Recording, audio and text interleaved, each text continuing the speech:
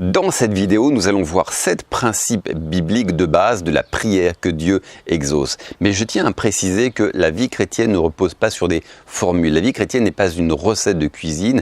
Néanmoins, il y a certains principes qu'il nous faut observer. De la même manière que le monde naturel obéit à des lois, eh bien le monde spirituel obéit à des lois qu'il nous faut connaître pour que les choses fonctionnent. Lorsque j'étais un jeune converti, je lisais des livres du genre les 5 étapes de l'homme de foi, les 5 étapes pour être exaucé, les 5 méthodes pour recevoir la guérison. Non, la vie chrétienne ne repose pas sur des principes cliniques et mécaniques.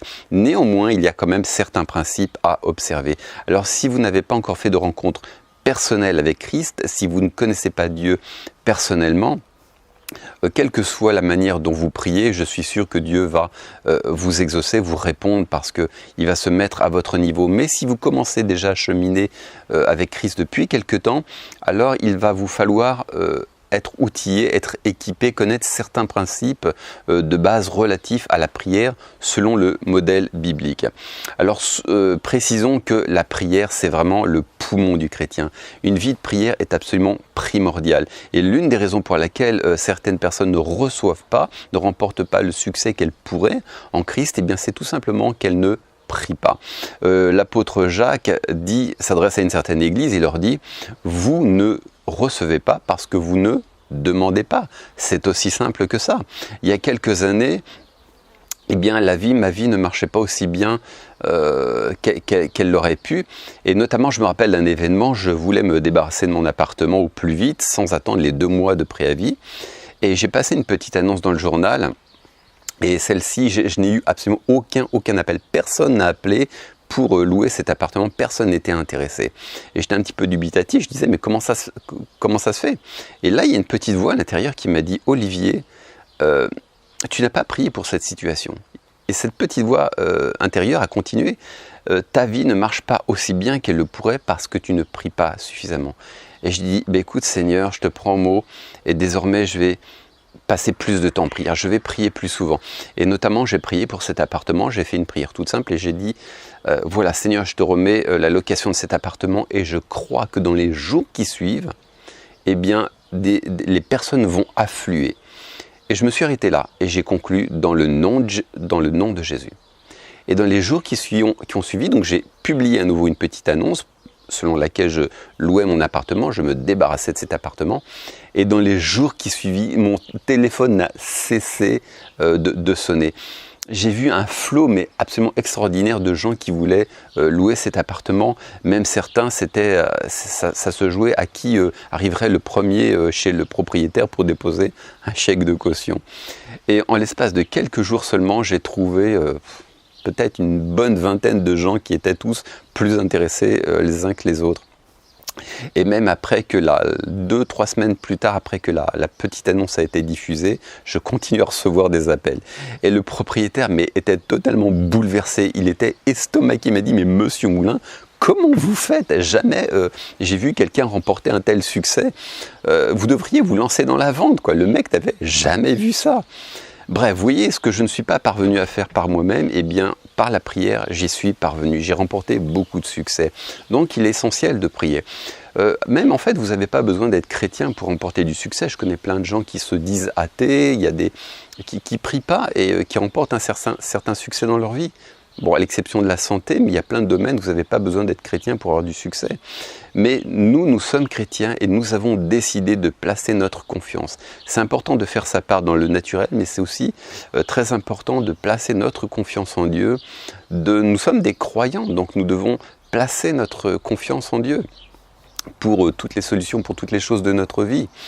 Donc, vraiment, je vous invite à avoir une vie de prière régulière. Moi, je ne passerai pas une journée sans prier. Des fois, je prie 1 heure. Parfois, je prie 5 minutes seulement. Mais tous les jours, je prie.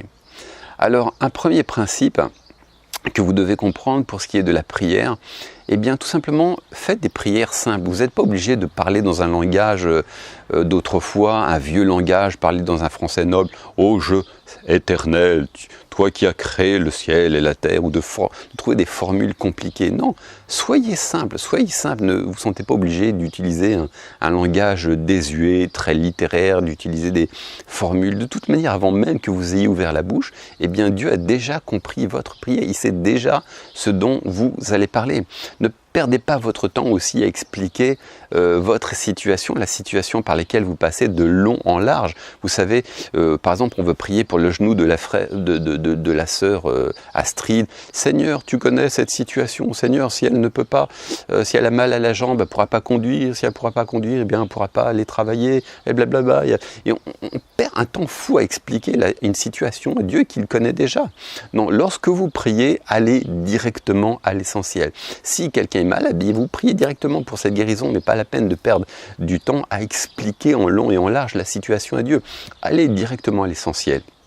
Ne cherchez pas à utiliser un langage compliqué, biblique. Et enfin, un autre principe, ayez foi en vos prières. Ayez confiance que vos prières marchent. Souvent, on a une piètre image de soi et on se dit, plus ou moins inconsciemment, pourquoi est-ce que Dieu exaucerait un type comme moi ou une fille comme moi? Non, ayez foi que vos prières soient puissantes. Ayez foi en l'efficacité de vos prières. Croyez en toute simplicité que Dieu répond à vos prières. Dès l'instant où vous ouvrez la bouche, Dieu vous entend. C'est aussi simple que ça.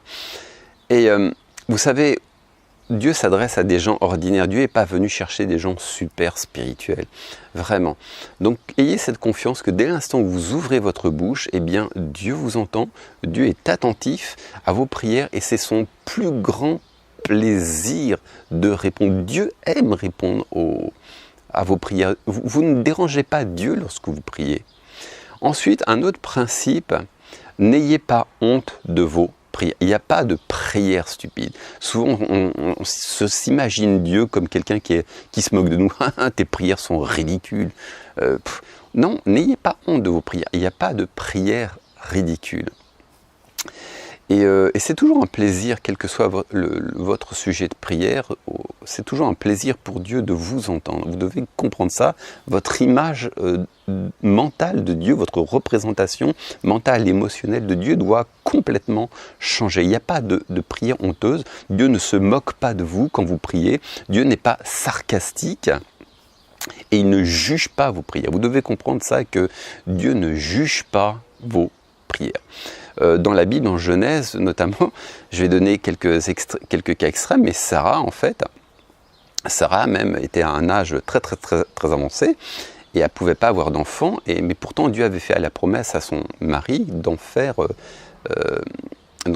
lui avait promis d'en faire le père d'une multitude de nations. Pourtant elle ne pouvait pas avoir d'enfant. Il y a un moment, elle a dit, mais Seigneur, comment une femme de mon âge pourrait-elle avoir du plaisir? Alors je vais utiliser un terme plus contemporain, mais Sarah, en fait, a prié, Seigneur, comment une femme comme moi pourrait avoir du plaisir sexuel? Comment je pourrais avoir des orgasmes? Et devinez quoi? Dieu l'a exaucé. Vous voyez? Même Sarah, quelque part, elle a évoqué son besoin devant Dieu d'éprouver du plaisir sexuel. Et devinez quoi? Dieu l'a exaucé. Il n'y a pas de prière honteuse. Je pense aussi à un autre homme qui a prié, qui disait... Alors, quel est le nom de cet homme? Ça va me revenir. Ah oui, c'est Jabez. Jabez a prié, Seigneur, étends mes limites, rends-moi riche, rends-moi prospère. Et vous savez quoi? Dieu a répondu à ces prières. Il y a des gens qui ont honte de demander plus de prospérité financière. Ils ont honte de prier pour avoir plus d'argent. C'est un besoin, vous avez des besoins financiers.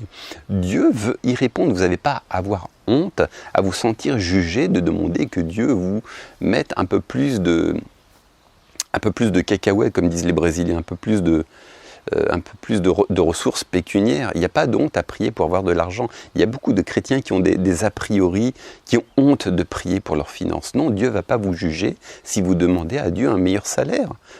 Ce sont des sujets pour lesquels vous pouvez prier. Donc, un autre point, n'ayez pas honte de vos prières. Et l'ennemi, le diable, ne va pas hésiter à mettre de la culpabilité dans votre pensée, à vous montrer comment vous êtes ridicule à demander des choses. Non, ça c'est la voie de l'ennemi. Mais la voie de Dieu n'est pas comme ça, parce que Dieu ne juge pas les prières de son peuple. Un autre principe qui est vraiment très important, qui peut sembler évident, mais qui n'est pas si évident pour tout le monde, qui prie-t-on? Eh bien, nous prions le Père, nous demandons à Dieu, nous prions Dieu. Lorsque j'étais un jeune converti, donc ce sont des... en fait, je me suis converti, j'ai fait une première expérience à l'âge de 13 ans, mais c'est vraiment à l'âge de 20 ans que je me suis vraiment converti, notamment par deux femmes. L'une, c'était ma petite amie, et l'autre, c'était sa mère, qui était ma prof d'italien, qui m'ont donné un coup de boost, qui m'ont permis d'aller plus loin dans la foi. Et notamment, c'était des catholiques charismatiques. Donc mes premiers pas, je les ai faits dans l'église catholique. Je ne connaissais rien à la Bible, je ne connaissais rien aux protestants, aux évangéliques, etc. Mais quand je priais le Père, ça allait, c'était OK. Quand je priais Jésus, ça allait. Quand je m'adressais au Saint-Esprit, ça allait. Mais au moment où je priais la Vierge Marie, il y avait un blocage. Il y avait une petite voix qui me disait « Non, ça, c'est pas OK ». Et j'ai finalement fini par comprendre que la seule personne qu'on pouvait prier, c'était Dieu, c'était le Père. On ne prie pas la Vierge Marie. La Bible dit clairement que ceux qui invoquent les morts, eh bien, c'est de la sorcellerie. Donc, quand vous priez une autre personne que Dieu, eh bien, tout simplement, vous faites de la sorcellerie. Parce que Marie, les saints, eh bien, ce sont des morts, ce sont des individus qui sont morts. Et quand vous invoquez ces personnes, eh bien, vous faites tout simplement de la sorcellerie. C'est pas un jugement, moi je vous donne même pas mon avis, je vous dis même pas ce que je crois, je vous dis ce que la Bible dit. Donc la Bible nous dit clairement que nous demandons à Dieu. La Bible dit la chose suivante: c'est pourquoi tout ce que vous demanderez au Père, croyez que vous l'avez reçu et vous le verrez s'accomplir. Donc Jésus nous enseigne sur la prière, il nous dit tout ce que vous demanderez au Père. Donc on demande à qui? Au Père, qui est Dieu. C'est l'une des premières bases de la vie chrétienne. À qui demande-t-on? À Dieu. Ensuite, Jésus, alors il y a plusieurs versets, là j'en cite qu'un seul, mais il y a plusieurs versets qui nous disent que la prière, c'est demander à Dieu. Ensuite, un autre principe que vous devez comprendre, c'est de demander au Père dans le nom de Jésus-Christ. Et tout ce que vous demanderez en mon nom, je le ferai, afin que le Père soit glorifié dans le Fils. Donc nous voyons clairement que nous demandons au Père et que nous demandons dans le nom de Jésus. Ça veut dire quoi, prier dans le nom de Jésus?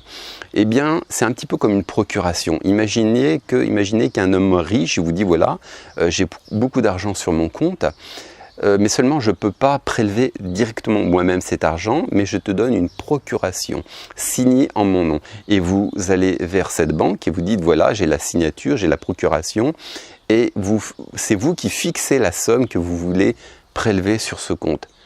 Eh bien, la procuration représente la personne dépositaire de ce compte, le propriétaire. Et grâce avec cette procuration, eh bien, vous pouvez prélever la somme que vous voulez. Eh bien, le nom de Jésus est comme une procuration. Vous allez dans la prière et vous dites, vous avez le document légal qui vous dit, hey, j'ai l'accord de Jésus pour prélever tout ce dont j'ai besoin sur son compte. Le nom de Jésus-Christ apparaît est comme une procuration. Alors quand on parle de rajouter le nom de Jésus, c'est pas forcément à faire au sens littéral. Moi, ça m'est arrivé de prier sans rajouter à la fin de la prière au nom de Jésus, mais j'ai conscience quand même de demander en son nom.